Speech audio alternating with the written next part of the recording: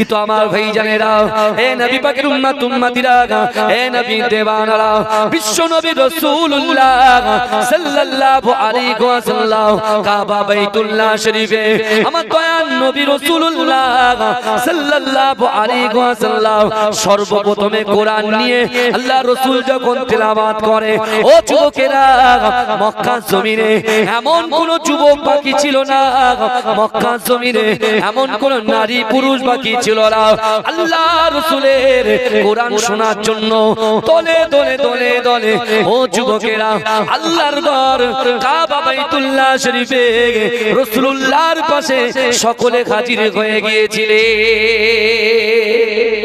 সব পুরো মক্কার জমিনে এমন কোন বাড়ি বাকি ছিল না, সবাই এসে রাসূলুল্লাহর পাশে বসে বসে কোরআন শুনছেন। জোরে বলুন না সুবহানাল্লাহ।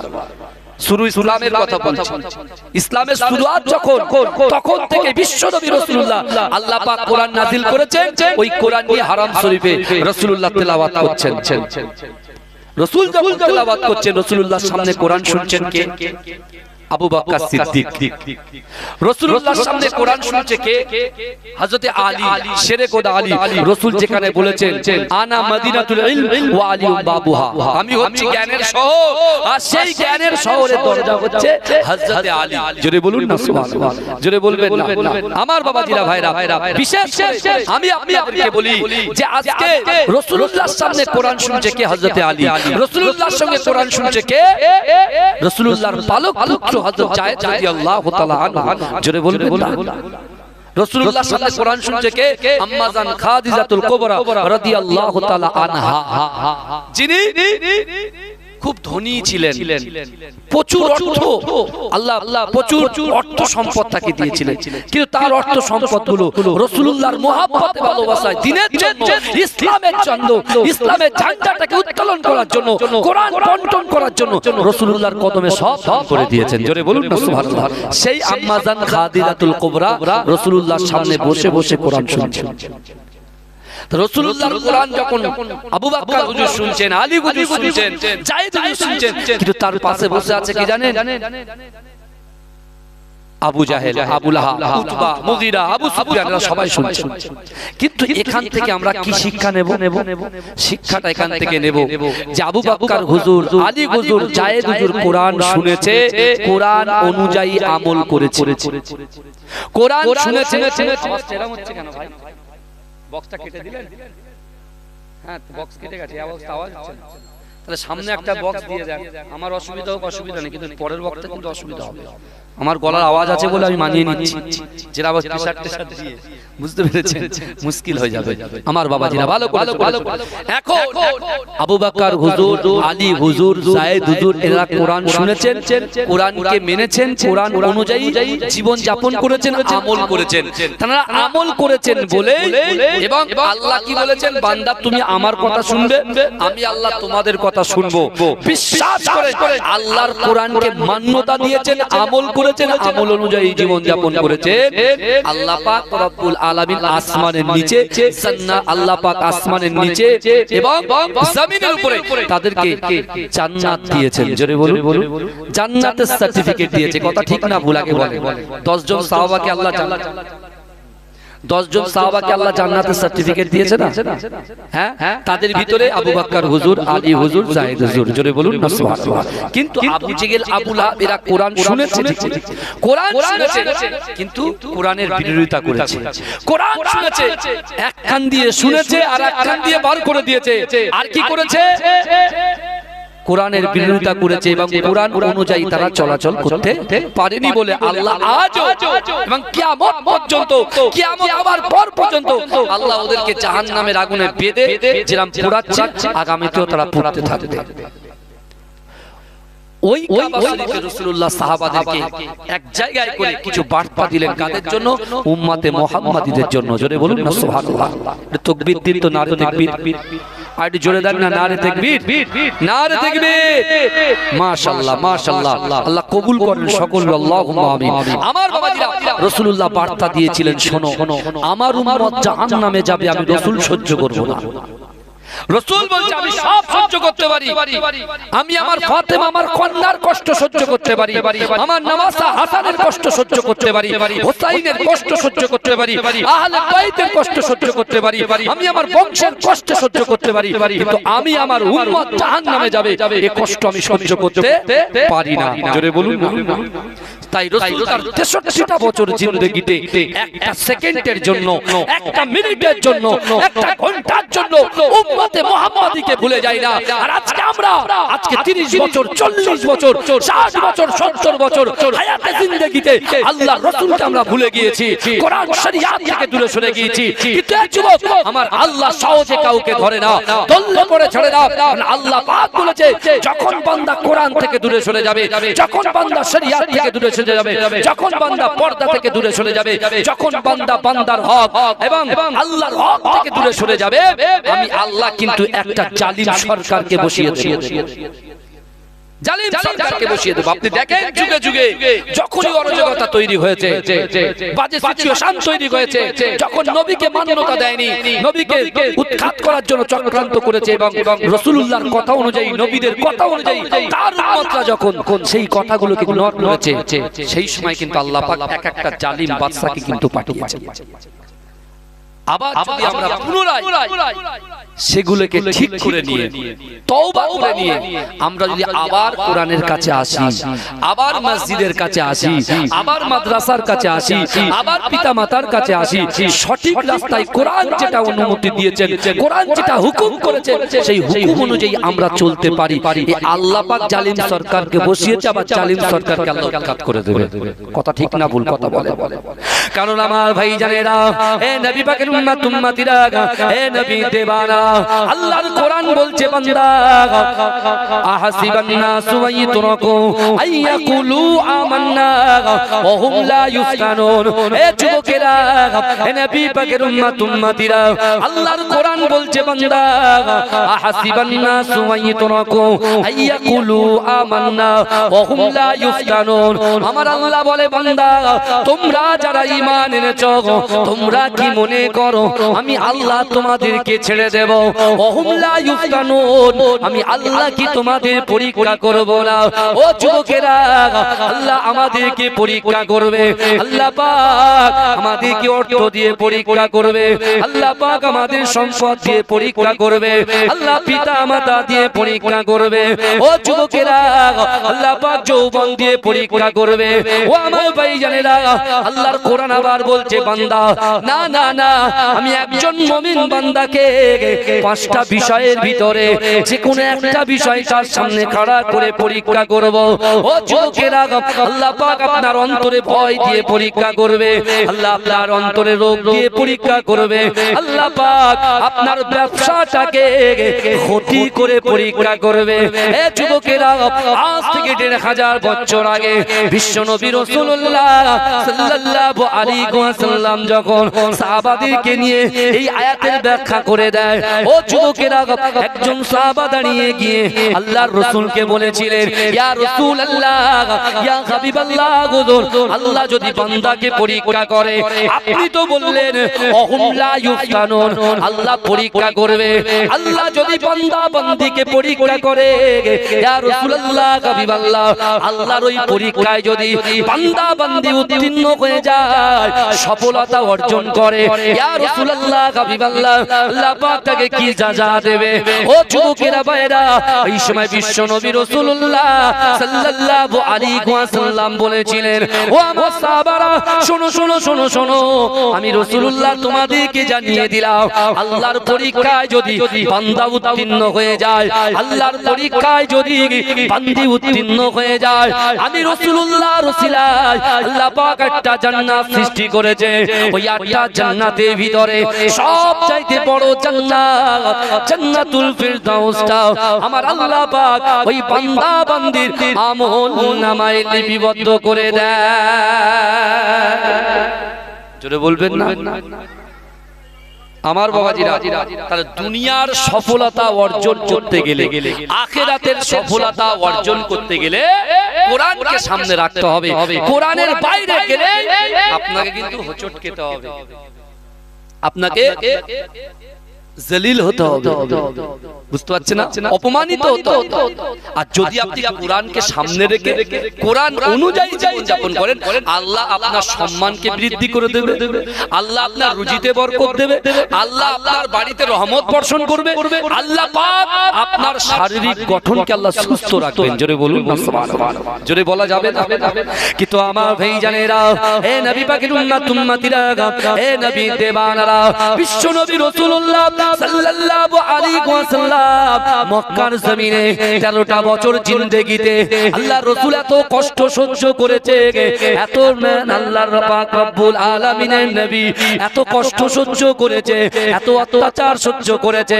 ও যুবকেরা, বিশ্ব নবী মারার জন্য কত চক্রান্ত করা হয়েছে, কিন্তু না না না, আল্লাহর রাসূল জানেন আমার আল্লাহ পাক পবিত্র কালামুল্লাহ শরীফের মধ্যে পরিষ্কার ভাবে জানিয়ে দিয়েছে, বান্দা মান কানা লিল্লাহ কানাল্লাহু লাহু। আমার আল্লাহ বলে বান্দা যে আমার হয়ে যাবে, আমি আল্লাহ পাক তার হয়ে যাব। জোরে বলেন না। আল্লাহ বলছে মান কানা লিল্লাহ কানাল্লাহু লাহু, যে ব্যক্তি আমার হয়ে যায় আমি আল্লাহ তার হয়ে যায়। জোরে বলুন না সুবহানাল্লাহ। রাসূলুল্লাহ আল্লাহ হয়ে গেছেন, আল্লাহ রাসূলুল্লাহ হয়ে গেছেন, বিপদ কাটিয়ে দিয়েছে সব সময়। কিন্তু বিশ্ব নবী রাসূলুল্লাহর একটাই টার্গেট ছিল যে আমার উম্মত কিভাবে জান্নাতে যাবে, আমার উম্মতি কিভাবে জান্নাতে যাবে, এটাই ছিল রাসূলুল্লাহর টার্গেট। বুঝতে পারছেন? তাহলে জান্নাতি মানুষ কখনো মাথা গরম করে কথা বলে না, মা বাপকে কষ্ট দেয়, বড়দেরকে অসম্মান করে কথা বলে না, যাদের মাথা গরম তারা তো জান্নাতে যেতে পারবে না। মাথা ঠান্ডা রাখতে হবে। বুঝতে পেরেছেন? আমরা দুনিয়ার জন্য, চেয়ারের জন্য অনেক কিছু করি, কিন্তু আল্লাহ কোরআনে বলে দিলেন, কি বললেন? অহুম লা ইফতানুন। একটা আয়াতে আমাদের জন্য যথেষ্ট, একটা আয়াতই আমাদের জন্য যথেষ্ট। আপনার ইমাম সাহেব বসে আছে আমার পাশে, জুম্মার দিনে বয়ান শুনি, কত সুন্দর সুন্দর কথা বলে, বুঝতে পারছেন না? ওই কথাগুলোকে নিয়ে যদি অ্যাকসেপ্ট করে ক্যাচ করে যদি আমরা আমল করতে পারি, হয়ে গেল। কিন্তু আমার বাবা, আজকে আমরা এখান থেকে কি নিয়ে যাব? আমি আপনাকে বলছি, সেই ১৫০০ বছর আগে কাবা বাইতুল্লাহ শরীফের সামনে আল্লাহর রাসূল আবু বকরকে সামনে রেখে বলেছিল, বাবা আবু বকর, আমি কোরআন থেকে ৩টে দলিল দেব, ৩টে আয়াত তেলাওয়াত করব, আর এই ৩টে আয়াতকে সামনে রেখে আমার দুনিয়ার এক প্রান্ত থেকে অপর প্রান্ত থাকা উম্মতিরা যদি এই ৩টে আমলকে অ্যাকসেপ্ট করে, ৩টে আমলকে গ্রহণ করে, আর এই আমল অনুযায়ী যদি জীবন যাপন করে, আমি রাসূল বলে যাচ্ছি, আমি জবান থেকে যে কথা বলি, আসমানের উপরে ওই কথাটাকে আমার আল্লাহ কবুল করে নেয়। জোরে বলুন। আসমানের উপরে আমার আল্লাহ এই কথাটাকে কবুল করে নেয়। অর্থাৎ যারা ৩টে আমল মেনে চলবে, সেই উম্মতের দ্বারা, সেই নারী হোক, পুরুষ হোক, যুবক হোক আর যুবতী হোক, যেই হোক না কেন, তার দ্বারাই, আমার দ্বারাই, আপনার দ্বারাই, ভাইয়ের দ্বারাই, অন্যজনের দ্বারাই, রাসূলুল্লাহর উম্মতের দ্বারাই, নারী পুরুষের দ্বারাই যেটা অসম্ভব, সেই অসম্ভব জিনিসকে আল্লাহ সম্ভব করে দেবে। জোরে বলুন। এই বুঝতে পারছেন তো নাকি? কথা বলেন না বাবাজি? হ্যাঁ, বুঝতে হবে। কারণ আল্লাহ বলছে পরীক্ষা করব, আমার এদিকে রাসূল বলছে ৩টা আমল করলে অসম্ভবকে সম্ভব আল্লাহ করে দেবে। কিন্তু সেগুলো তো সম্ভব করতে গেলে আমাদের তো প্রচুর পরিশ্রম করতে হবে। আমি স্কুলে বাচ্চাদের বলে দিলাম যে বাবা স্কুলে যাও, তারপর আর খোঁজ নিলাম না। ছেলে আসলো, স্কুলের সামনে টু মেরে চলে গেল, অন্য জায়গায় ঘোরাঘুরি করছে।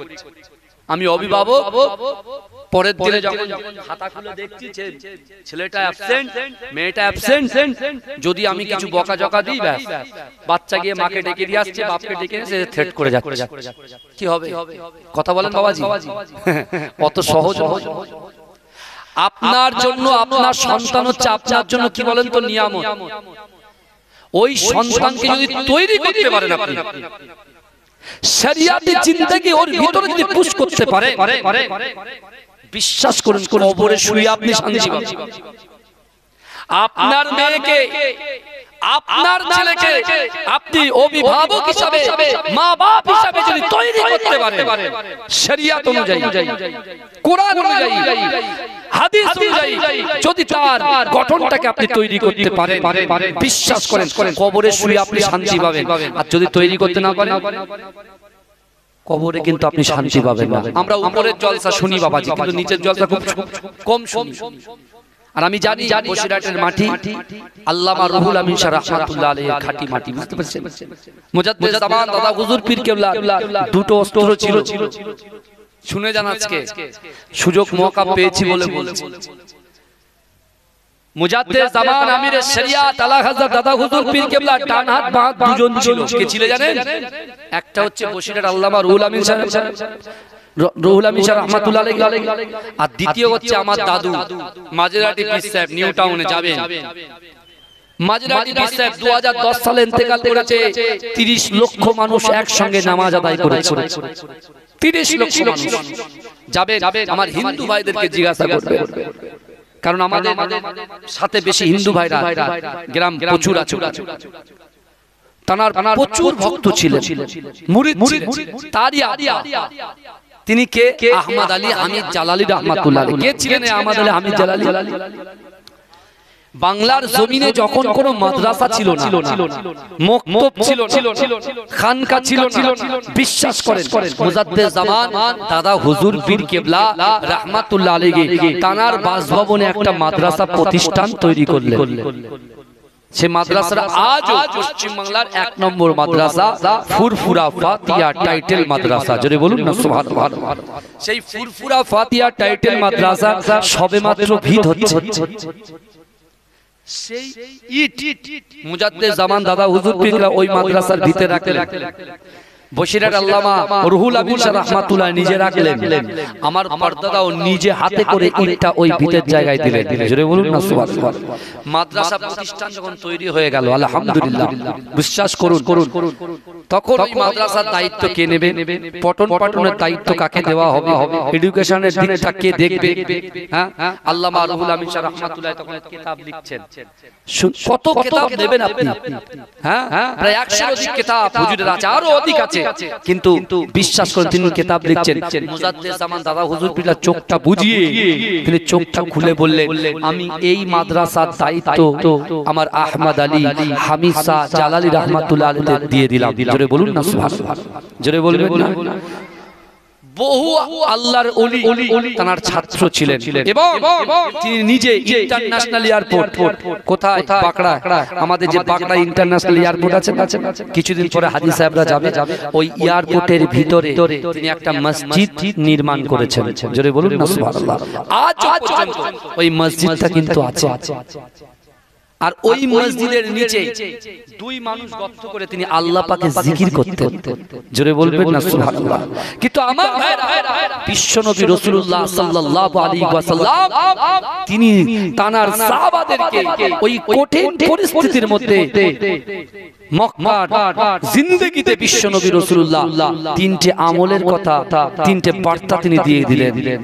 কাকে? আবু বকর হুজুরকে।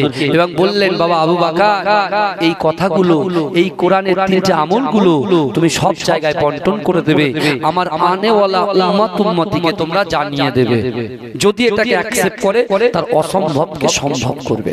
যদি বলুন না আমার ভাইজানেরা, হে নবী পাকের উম্মতিরা, হে নবী দেবানারা, আল্লাহর কোরআন বলছে, বান্দা ইয়া আইয়ুহাল্লাযীনা আমানুত্তাকুল্লাহ ওয়া কুনু মা'আস সাদিকিন।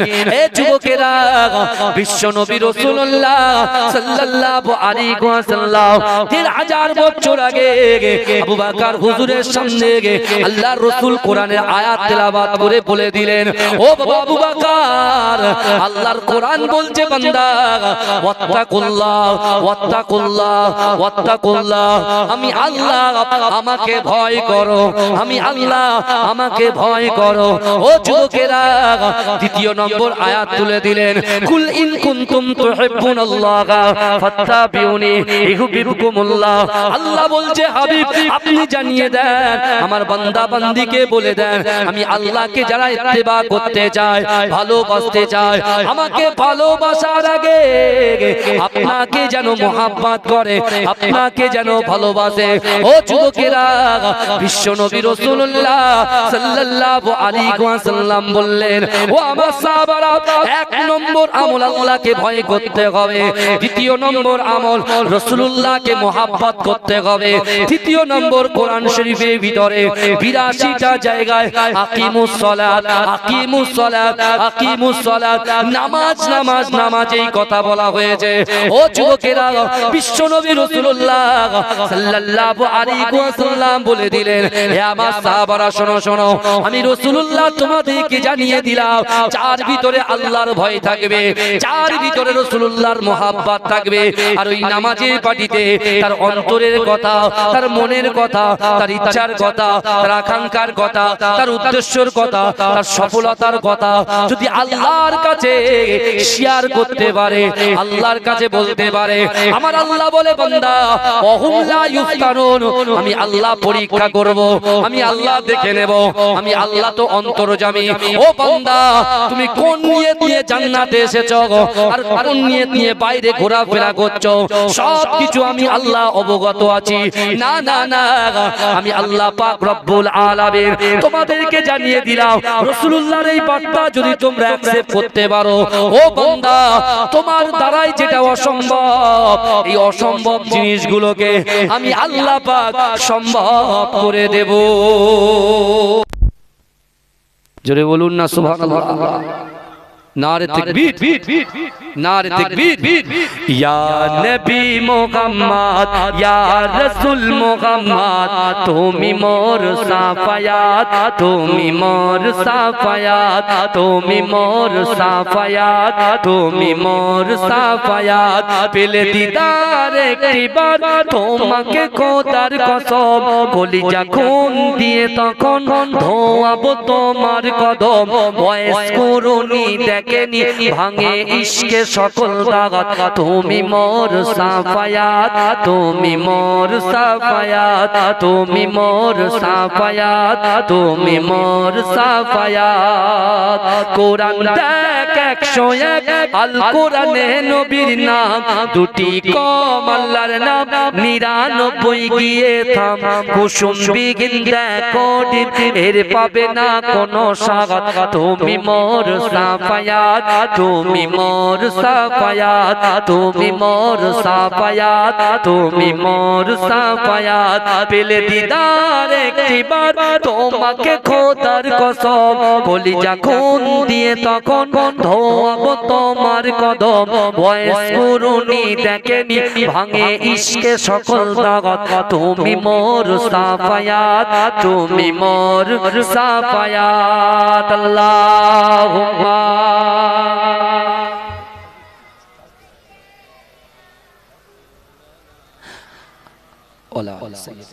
আমার বাবাজিরা ভাইরা, যে কথা বলছিলাম, তাহলে এখানে একটা জিনিস আমরা বুঝতে পারছি যে আল্লাহকে ভয় করবে, রাসূলকে মহব্বত করবে, আর নামাজের পাটিতে আল্লাহর কাছে তার জীবনের কথা, অন্তরের কথা দরখাস্ত করবে। আল্লাহ রাসূল কি বলেছে? তার অসম্ভবকে সম্ভব করে। আমাদের এখানে অনেক অনেক বয়স্ক বাবাজিরা বসে আছে, অনেক যুবকরা ঘুরছে আশেপাশে, মা বোনেরা আছে। তাহলে এবার একটা হাদিস থেকে একটা উক্তি তুলে দিই, ভালো করে দেখেন। রাসূলুল্লাহ কথাটা বলছেন কোথায়? মক্কায়। আর এই মক্কা থেকে সারা জায়গায় এই কথাটা ছড়িয়ে গেছে, সারা জায়গায় পৌঁছে গেছে।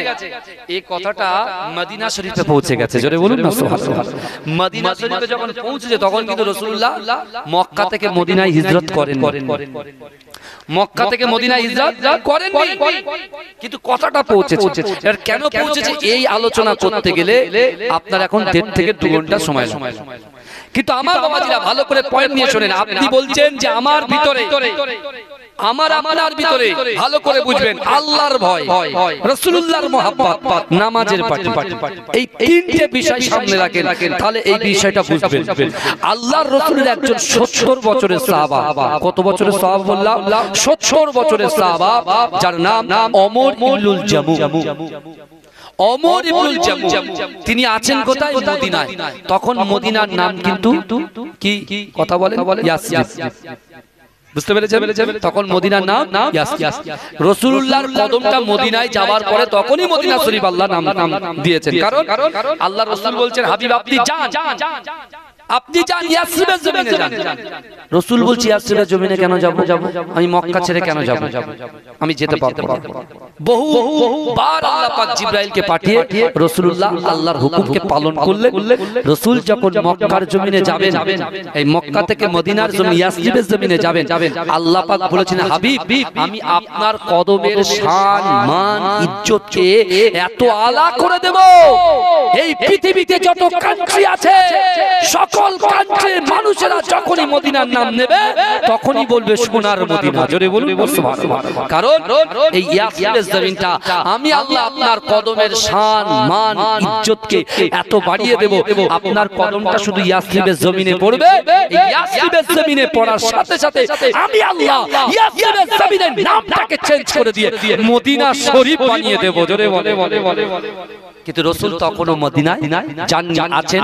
রাসূলুল্লাহর ইশকের পাগল, রাসূলুল্লাহর মুহাব্বতের পাগল, যার নাম ওমর ইবনুল জামু। এজ কত? বয়স কত? 70 বছর। তিনি যখন এই কথাটা শুনেছেন সাথে সাথে সেটাকে অ্যাকসেপ্ট করেছে।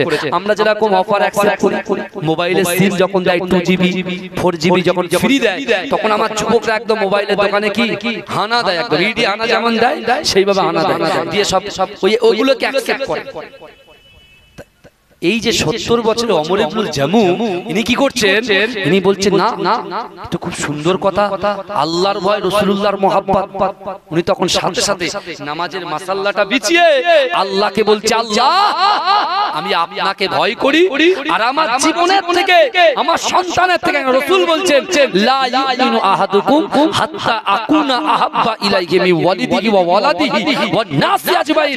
রাসূল বলছে তোমরা ততক্ষণ পর্যন্ত পূর্ণ ইমানদার হতে পারবে না যতক্ষণ তোমাদের পিতা মাতা সন্তান সন্তান ব্যবসা বাণিজ্য পারস্য সকলের থেকে বেশি আমি রাসূলকে মহব্বত করতে হবে, তাহলে তোমরা হবে ইমানদার। এটা আমরা জানি।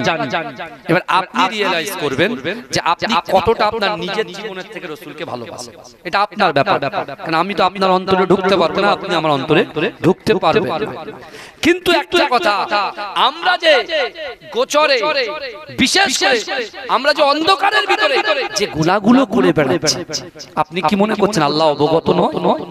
এই শুনেন না, আল্লাহ কি অবগত নয়? আল্লাহ কোরআনে বলছেন, বান্দা বিসমিল্লাহির রহমানির রহিম ফাআইনামা তুআল্লু ফাসাম্মা ওয়াজহু। আল্লাহ বলছেন ফাআইনামা তুআল্লু ফাসাম্মা ওয়াজহুল্লাহ। আল্লাহ বলছে, ও বান্দা শোনো, ও বান্দি শোনো, তোমরা যখন ডান দিকে তাকাও ওই ডান দিকে আমি আল্লাহ আছি, তোমরা যখন বাম দিকে তাকাও ওই বাম দিকে আমি আল্লাহ আছি, তোমরা যখন সামনে তাকাও সামনেও আমি আল্লাহ আছি। ও বান্দা তোমরা যখন পিছনে তাকাও পিছনেও আমি আল্লাহ আছি। জোরে বলে। কাকে নুকাবেন? হুজুরকে নিকাবে, পীর সাহেব পীরজাদাকে নুকাবে? কথা বলেন না, কাউকে নুকাতে পারবে না, সব কিছু আল্লাহ জানেন। আল্লাহ আবার বললেন, নাহনু আকরাবু ইলাইহি মিন হাবলিল ওয়ারিদ। আল্লাহ কোরআনে বলেন, নাহনু আকরাবু ইলাইহি মিন হাবলিল ওয়ারিদ। ও বান্দা ও বান্দি শোনো, আমি আল্লাহ তোমার দুটো করে চোখ দিয়েছি, হাত দিয়েছি, জবান দিয়েছি, ইজ্জত দিয়েছি, সম্মান দিয়েছি, যৌবন দিয়েছি, একটা বাড়ির সঙ্গে আরেকটা বাড়ি করার ক্ষমতা দিয়েছি, একটা দোকানের সঙ্গে আরেকটা দোকান করার ক্ষমতা দিয়েছি, একটা জমির সঙ্গে আরো কিছু জমি খরিদ করার ক্ষমতা আমি আল্লাহ তোমাকে দিয়েছি। ও বান্দা তুমি শোনো, নাহনু আকরাবু ইলাইহি মিন হাবলিল ওয়ারিদ। ও বান্দা তোমার ঘাড়ের শিরা উপশিরা থেকে অতি নিকটবর্তী আমি আল্লাহ তোমার সাথেই আছি। জোরে বলুন না সুবহানাল্লাহ। জোরে বলা যাবে? কারোর কোনো অসুবিধা হচ্ছে নাকি? এই অসুবিধা হচ্ছে না? হ্যাঁ, এটা দরুদ শরীফ পড়েন, আল্লাহুম্মা।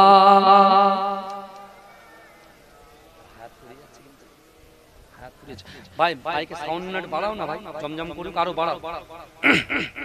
বাবাজি একটা কথা বলি, আমি যখন এইভাবে হাত তুলবো আপনার হাত তুলে সুবহানাল্লাহ বলবেন, কথা বলেন সুবহানাল্লাহ বলবেন তো? হ্যাঁ, আমার যুবকরা যারা বাইরে আছে দেখবেন, আপনার জোরে সুবহানাল্লাহ বলে ঠিক চলে আসে। বুঝতে পারছেন? কারণ এখানে তো আমার ভাষাটাকে একটু লাগাম দিয়ে কথা বলতে হচ্ছে, কারণ কি বলেন তো, এখানে তো আসা যাওয়া করতে হয়, তো কে কোথা থেকে কি করবে না করবে বাবা, বুঝতে পেরেছেন? একটু ভাষাটা লাগাম দিয়ে রেখেছি, বুঝতে পেরেছেন? যা বলছি কোরআন হাদিসকে সামনে রেখে বলছি। আপনি যা গুনাহ করবেন না করবেন সব আল্লাহর কাছে অলরেডি সব তোলা আছে। ওরে ও ভূমি মদিনার ভূমি, ওরে ও মাটি মদিনার মাটি, দুই দিকে দুই সাথী হায়, মাঝখানে আমার নবী জিন্দা শুয়ে রয়। জোরে হবে না? অনেক লেটে বুঝছেন কিন্তু দেখেছেন, অনেক আর শুনবেন এখন। এরপরে আমার এক ভাই আসবে মারুফ ভাই, সে একজন টিচার, সামনে কোরআন সামনে রেখে তাফসীর করবেন, দেখবেন, বুঝতে পেরেছেন? কোরআন সামনে রাখবে, রেখে তাফসীর চলবে এখন, বুঝতে পেরেছেন? হাসি হবে, হই হই হবে, অনেক কিছু হবে, বুঝতে পেরেছেন? কিন্তু সময় আমি অন্য জায়গায় না থাকতাম, আমি এখানে বসে থাকতাম, বুঝলেন? কিন্তু অন্য জায়গায় দাওয়াত নেওয়া হয়ে গেছে অনেক। কিন্তু মাশাআল্লাহ আমার খুব আমি গর্বিত যে আপনার গ্রামের যুবকরা অক্লান্ত পরিশ্রম করে এত সুন্দর জায়গাটা ছিল এখানে। এই জায়গাটা এমন ছিল বলেন না? হ্যাঁ, এ দেখেন আল্লাহ কবুল করেছেন, তাই জায়গাটা হয়েছে। জোরে বলবেন না? জোরে বলবেন না? কত সুন্দর বসে আছি দেখেন।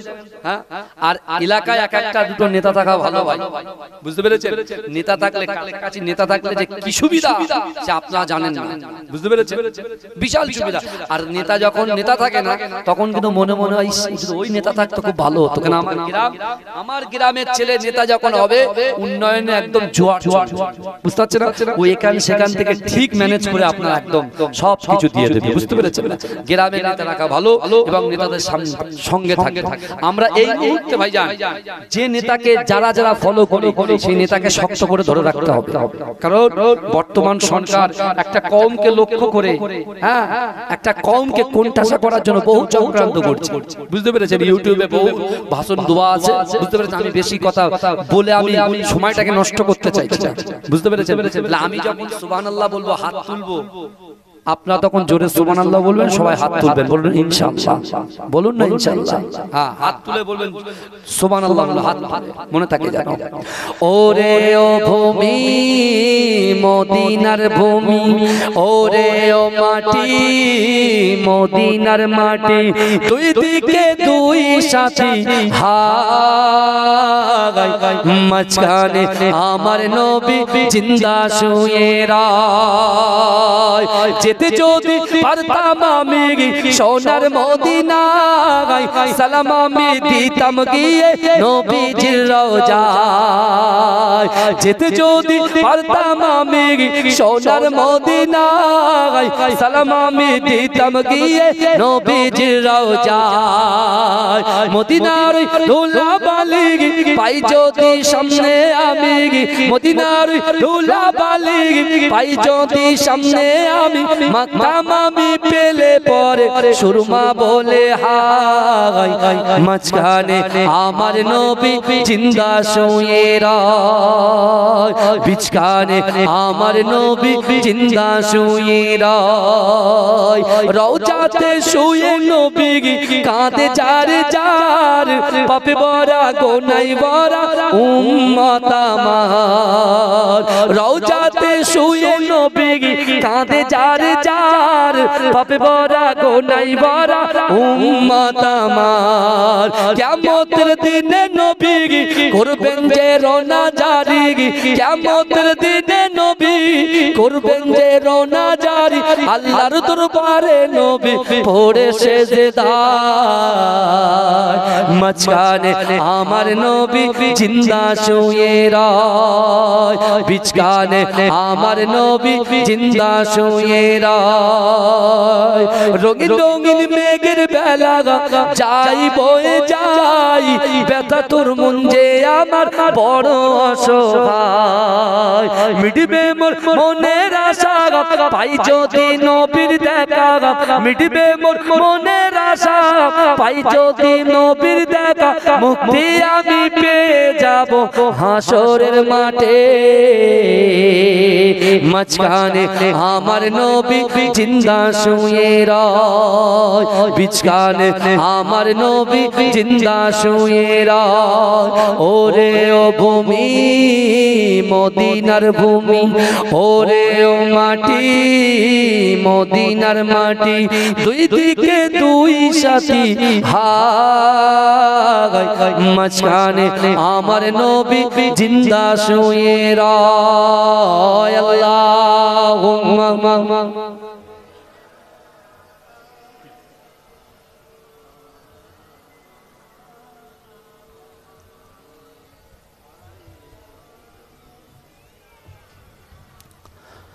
আমার বাবাজিরা ভাইরা, যে কথা আমি বলছিলাম, এই ওমর ইবনুল জামু যিনি আছেন কোথায়? মদিনাতে। তার বয়স কত? 70 বছর।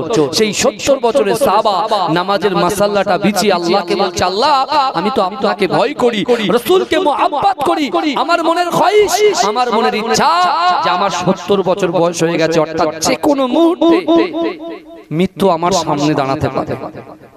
যতক্ষণ পর্যন্ত বিশ্বনবী মুস্তাফা মক্কা থেকে মদিনায় না আসবে আর আমি ওমর ইবনুল জামু রাসূলুল্লাহর হাতে হাত না দেব, ততক্ষণ পর্যন্ত মৃত্যু যেন আমার না হয়। জোরে বলুন না সুবহানাল্লাহ।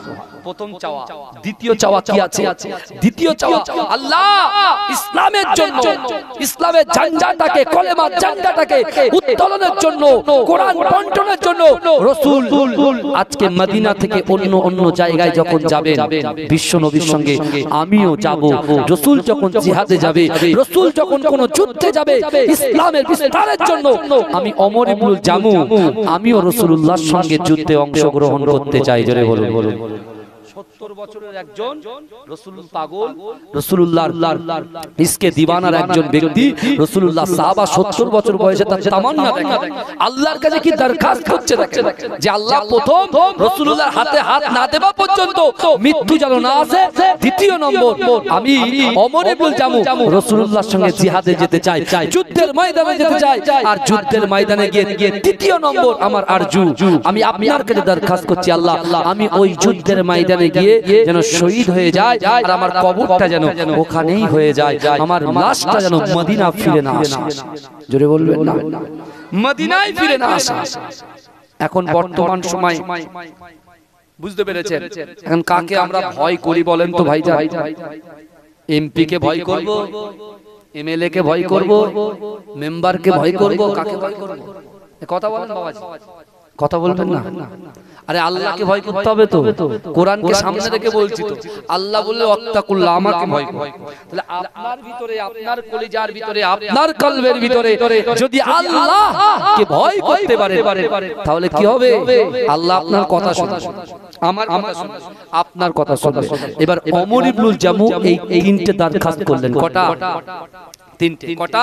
তিনটে দরখাস্ত করলেন। কার কাছে? আল্লাহর কাছে। ওমর ইবনুল জামু প্রথম দরখাস্ত করলেন কি করেছেন বলেন? এক নাম্বার, রাসূল যতদিন মক্কা থেকে মদিনায় না আসবে, রাসূলুল্লাহর সাথে সাক্ষাৎ না হবে, রাসূলুল্লাহর হাতে হাত না দেব, ততক্ষণ পর্যন্ত আমার মৃত্যু যেন না ঘটে। এক নাম্বার। দ্বিতীয় নম্বর, রাসূলুল্লাহর সঙ্গে জিহাদে যাব। তৃতীয় নম্বর, সেখানে আমি শহীদ হব, আর সেখানে যেন আমার কবরটা হয়ে যায়। কিন্তু আমার ভাই জানেরা, এ নবী পাকের উম্মত উম্মতিরা, এ নবী দেবানারা, ওমর ইবনুল জামু নামাজের মাসাল্লায় বসে আল্লাহর কাছে জিকির করে, আল্লাহর জিকির করে। ও যুবকেরা, নামাজ আদায় করে। ও আমার ভাই জানেরা, তিনি বাড়িতে বসে বসে বসে বসে কোরআন তেলাওয়াত করে। কিন্তু না না না, দিন চলে যায়, দিন এগিয়ে যায়, দিন এগিয়ে যায়, রাত আসে দিন যায়, দিন আসে রাত যায়। ও যুবকেরা, বিশ্ব নবী রাসূলুল্লাহ সাল্লাল্লাহু আলাইহি ওয়াসাল্লাম মক্কার জমিনে আছেন, আর ওমর ইবনুল জামু মদিনার জমিনে আছে। ও যুবকেরা, একদিন আল্লাহ পাক জিবরাইলকে বললেন, ও জিবরাইল চলে যাও, চলে যাও, আর মক্কায় থাকতে হবে না, আর মক্কায় আমার রাসূলুল্লাহকে থাকতে হবে না। দারুন নাদুয়াতে বসে আমার রাসূলুল্লাহকে মারার চক্রান্ত করে।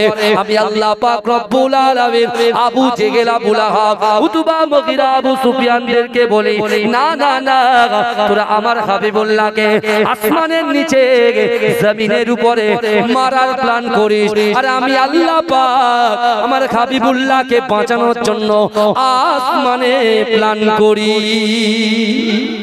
জোরে বলুন। রাসূলকে মারার প্ল্যান তৈরি হয়ে গেছে, বুঝতে পেরেছেন? আল্লাহ পাক কি করলেন?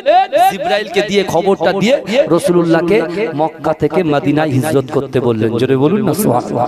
অনেক কথা কিন্তু সংক্ষিপ্ত, কিন্তু আমার ভাই জানেরা, হে নবী পাকের উম্মত উম্মতিরা, হে নবী দেওয়ানারা, ওদিক থেকে মদিনাবাসীরা আমার দয়ার নবী মুস্তাফাকে ইস্তেকবাল করার জন্য, স্বাগতম করার জন্য, হে যুবকেরা, বাচ্চা বাচ্চা যুবকগুলো বলেন তলা আল البدر علينا من ثنية البداء وجب الشكر علينا ما دعا لله داعي।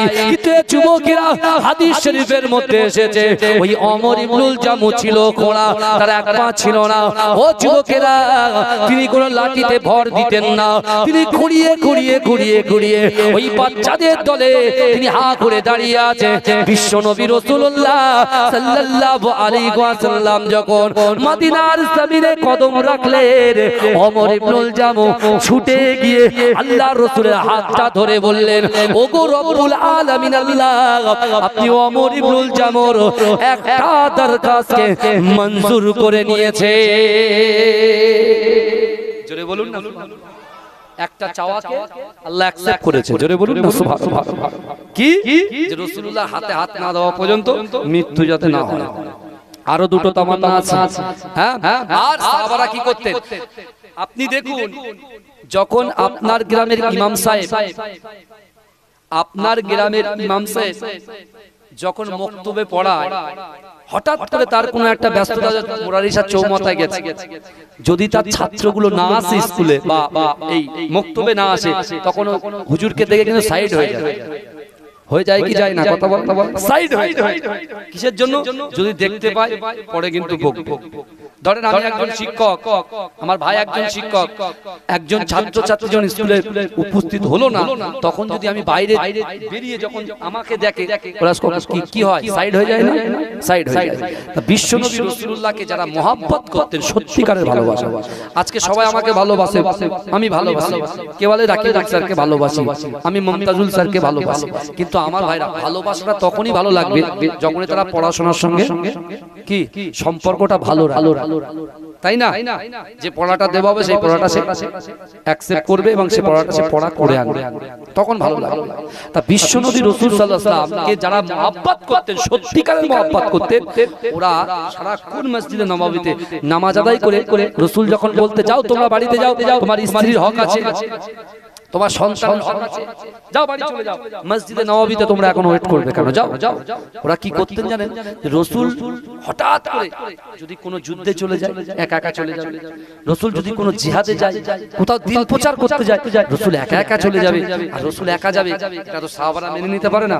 তাই রাসূল যখন বলতেন, রাসূলুল্লাহর সামনে দিয়ে ঘুরে গিয়ে ঠিক পিছনে গিয়ে চুপচাপ বসে থাকতেন যুদ্ধে যাওয়ার জন্য, ইসলামের দাওয়াত দেওয়ার জন্য। রাসূল নিয়ে যাবে না, রাসূল একা যাবে, কারণ তার মায়ের হক আছে, তার বাপের হক আছে, বুঝতে পারছেন? বিশ্বনবীর সাহাবারা তখন কি করতেন? সব চুপচাপ মুখিয়ে গুটিসুটি হয়ে এক জায়গায় বসে থাকতেন। তো হঠাৎ করে বিশ্বনবী রাসূলুল্লাহ বলছেন যে আমি বদরের যুদ্ধে যাব। কে আছো? আমি বদরের যুদ্ধে যাব। রাসূল যেই বদরের যুদ্ধে যাওয়ার কথা বললেন, ওই যে সাহাবা ওমর ইবনুল জামু এক পা খোড়া ঘুরিয়ে ঘুরিয়ে রাসূলুল্লাহর কাছে হাজির। বলে তুমি জানলে কি করে? বলে ইয়া রাসূলুল্লাহ, আমার মনে তামান্না আছে, নিয়ত আশা আকাঙ্ক্ষা করে রেখেছি আল্লাহর কাছে, আমি আপনার সঙ্গে ওই বদরের যুদ্ধে যেতে বদরের যুদ্ধে। রাসূল বলছে তোমার শরীর অসুস্থ, তুমি খোড়া মানুষ, যখন যুদ্ধ হবে, জিহাদ হবে, কে খোড়া, কার হাত নেই, কার পা নেই, কেউ তো দেখবে না। দেখবে কি? কথা বলেন, সামনাসামনি দেখবে না। রাসূল তখন বলে না, তোমাকে যেতে হবে না বাবা, তুমি মদিনাতে থাকো। যেই বলেছে, দেখেন আমরা কিন্তু অসন্তুষ্ট হয়ে যাই। বাড়ির অভিভাবক গার্জিয়ান যখন কথা বলে, তখন আমি ছাত্র হিসেবে আমি কিন্তু অসন্তুষ্ট হয়ে যাই। মাস্টার যখন বকে, ছাত্ররা অসন্তুষ্ট হয়ে যায়, কিন্তু না, তাদের ভালোর জন্য। কিন্তু কি দেখেন, ওমর ইবনুল জামু তিনি যে এত বড় নিয়ত করে রেখেছেন, রাসূল বলছে তোমাকে যেতে হবে না। ওমর ইবনুল জামু রাসূলুল্লাহর এই কথাটা শুনে একটাও বাক্য লাভ করলেন না, ডাইরেক্ট তিনি চলে আসলেন কোথায়? মসজিদে নববীতে। এসে নিজে নামাজের কাতারে নামাজের পাটিতে দাঁড়িয়ে আল্লাহর কাছে ক্রন্দন শুরু করে দিলেন, আল্লাহ আপনি যদি চান তাহলে রাসূলুল্লাহ নিয়ে যাবেন, আপনি যদি চান তাহলে রাসূলুল্লাহ আমাকে নিয়ে যাবেন, আপনি চান না তাই রাসূলুল্লাহ নিয়ে যান না। আল্লাহ আপনি বলেছেন উদউনি ওয়াস্তাজিব লাকুম, বান্দা তোমরা আমার কাছে চাও, আপনি বলেছেন লা তাকনাতু বিরহমাতিল্লাহ, আমার রহমত থেকে নিরাশ হয়ে যেও না। আল্লাহ আপনি তো বলেছেন বান্দা তোমরা আমার কাছেই চাইবে। আমি ওমর ইবনুল জামু, আমি একজন খোড়া, আমি আপনাকে চাই যে আপনি আমাকে অ্যাকসেপ্ট করুন।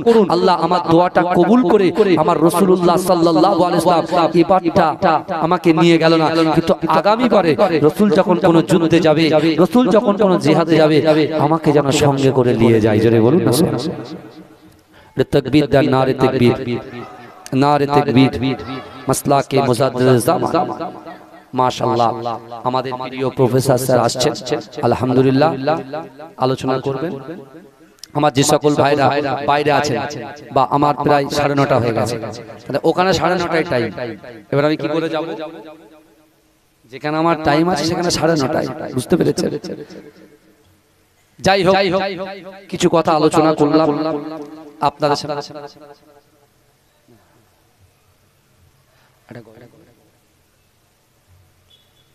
এটা দরুদ শরীফ পড়েন, আল্লাহুম্মা সাল্লি আলা।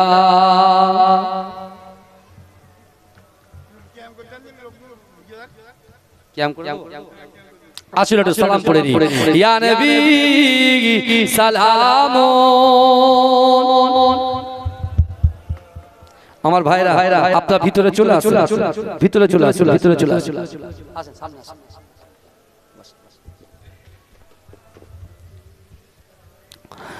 वक्त का चमके सितारा, हाजिरीन कहो इशारा, देख कर रौजा पियारा, लो सलाम अब तो हमारा, या नबी सलाम या हबीब।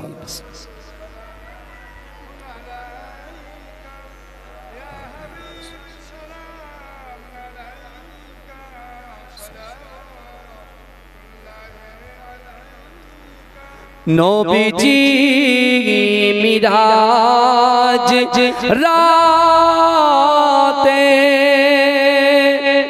बोरा के सवारी होए, पहुँचलेन खोदा रिदारे, फिरिले दीदार ओ कोरे, या नबी सलामुन या रसूल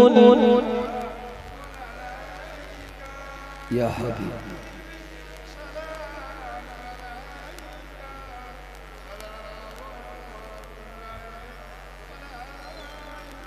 अंत शामसुब अंत बदरुन अंत नूरुन फौका नूरी, अंत एक सिरो व गाली, अंत में बहु सुदूरी, या नबी सलामुन।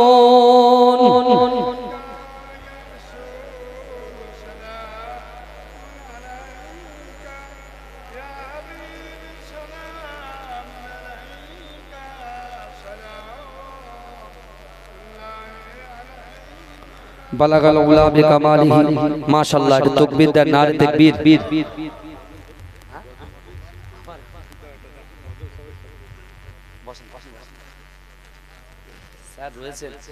माशाअल्लाह আমাদের বিশিষ্ট চিন্তাবিদ, আমাদের প্রিয় স্যার এবং আমাদের আলিয়া ইউনিভার্সিটির প্রফেসর স্যার এসেছেন, মূল্যবান কথা বলবেন, মূল্যবান কথা বলবেন।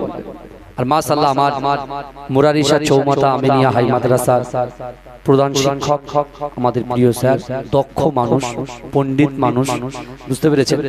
তিনি বিশেষ কাজে দিল্লিতে আছেন, আলহামদুলিল্লাহ। কথা হয়েছে আগামীকাল আসবেন উনি, এখানে এসে বক্তব্য রাখার কথা ছিলেন স্যারের। যাই হোক, একটা গজল আমি আপনাদেরকে শোনাবো, ফিলিস্তিন নিয়ে একটা গজল শোনাবো। এটা দরুদ শরীফ পড়ুন, আমি গজলটা বার করি। আল্লাহুম্মা সাল্লি আলা সাইয়্যিদিনা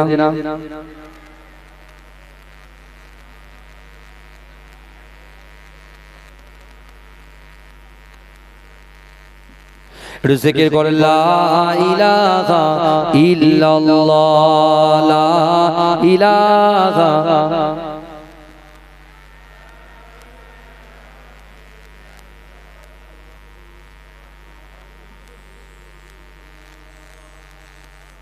লা ইলাহা ইল্লাল্লাহ, লা ইলাহা ইল্লাল্লাহ, লা ইলাহা ইল্লাল্লাহ।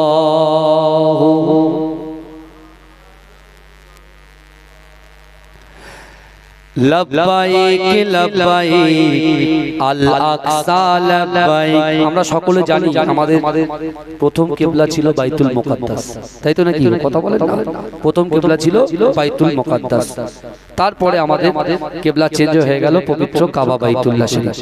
তা আমি যখন বলবো লব্বাইক লব্বাইক, আপনারা সকলে বলবেন আল আকসা লব্বাইক, বলবেন তো নাকি? লব্বাইক লব্বাইক আল আকসা লব্বাইক, লব্বাইক লব্বাইক আল আকসা লব্বাইক। নারায়ে তাকবীর আল্লাহু আকবার, নারায়ে তাকবীর আল্লাহু আকবার, নারায়ে তাকবীর আল্লাহু আকবার, নারায়ে তাকবীর আল্লাহু আকবার। জিহাদ মানে রক্ত দেবা লুকিয়ে থাকা নয়, হকের পথে করলে লড়াই আসবে রে বিজয়, হকের পথে করলে লড়াই আসবে রে বিজয়। ফিলিস্তিনের বুকে শিশু মরছে রে গাজায়, ইহুদিদের রুখতে হামাস করছে যে লড়াই। জিহাদ মানে রক্ত দেবা লুকিয়ে থাকা নয়, হকের পথে করলে লড়াই আসবে রে বিজয়, হকের পথে করলে লড়াই আসবে রে বিজয়। ইসরাইলের হাত থেকে রক্ষা পাবে আকসা, ইসরাইলের হাত থেকে রক্ষা পাবে আকসা। সত্যবাদী খোদার সৈনিক করবে যে রক্ষা, কাবা যেমন রক্ষা পেল আবাবিল ধারায়, হকের পথে করলে লড়াই আসবে রে বিজয়, হকের পথে করলে লড়াই আসবে রে বিজয়। লব্বাইক লব্বাইক আল আকসা লব্বাইক, লব্বাইক লব্বাইক আল আকসা লব্বাইক। নারায়ে তাকবীর আল্লাহু আকবার, নারায়ে তাকবীর আল্লাহু আকবার, নারায়ে তাকবীর আল্লাহু আকবার, নারায়ে তাকবীর আল্লাহু আকবার। আল্লাহুম্মা সাল্লি আলা।